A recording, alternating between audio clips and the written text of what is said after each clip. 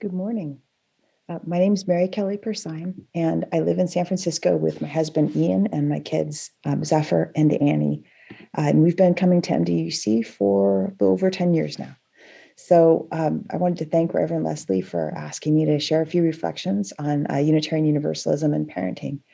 Um, the first thing I think about with that subject is the very recent and great example of the pandemic. And, pandemic was so hard on everyone. We were really privileged and fortunate to be able to all be at home together. I could work from home, and so could my husband, and my kids were on the computer for school. And so we were there to help each other, but it was just a hard time.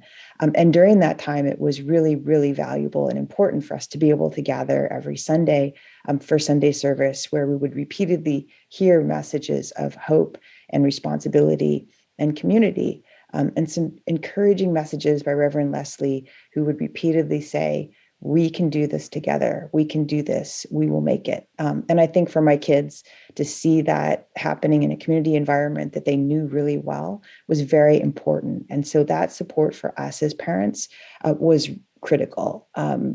They really absorb that message. I think they understand the ties that bind and how to take care of each other. They still wear their masks. And I know they see that as a way to take care of themselves and their friends and to communicate that they care.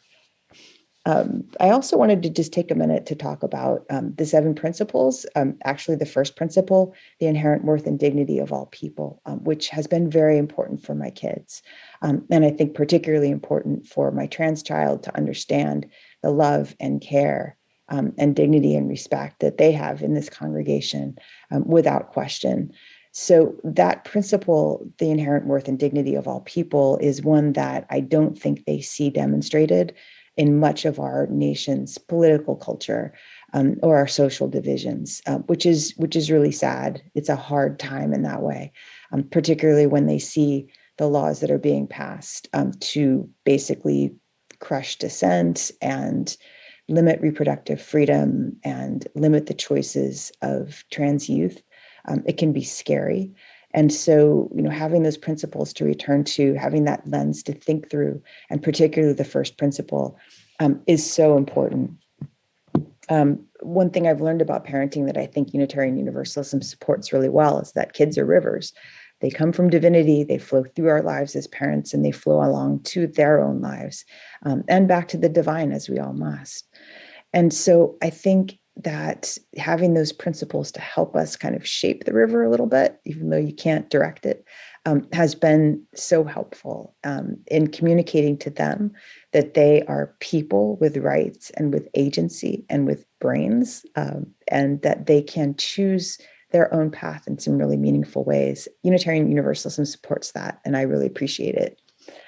I think in terms of what the congregation can do, continue to be a multi-generational, inclusive, representative, loving space, continue to ask the hard questions and to remind ourselves that community is, not only unidirectional, like we all owe to our community. We take from our community what we need, and we participate in that web of which we are all a part. Kids don't hear you, actually. They don't hear what you say, but they sure see what you do. And so I want this congregation to continue to be that, to be a congregation that walks the walk, does what it means, and is unfailingly supportive of youth, which you are. And I appreciate that. So keep doing what you do. And thanks for listening.